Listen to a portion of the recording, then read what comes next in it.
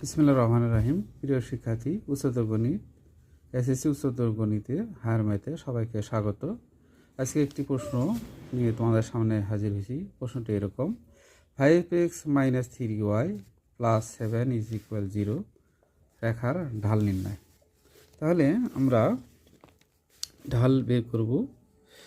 ঢাল তাহলে এই y = mx প্লাস হলো c, এই সমীকরণ আকারে আমরা এটা লিখব, বা -3y হচ্ছে প্লাস, ডান পাশে প্লাস বাম পাশে যায় হয় মাইনাস, প্লাস ডান পাশে বাম পাশে যায় মাইনাস, তাহলে মাইনাস দ্বারা উভয়পক্ষে গুণ করি, তাহলে হলো 5x মাইনাসে মাইনাসে প্লাস -1 দ্বারা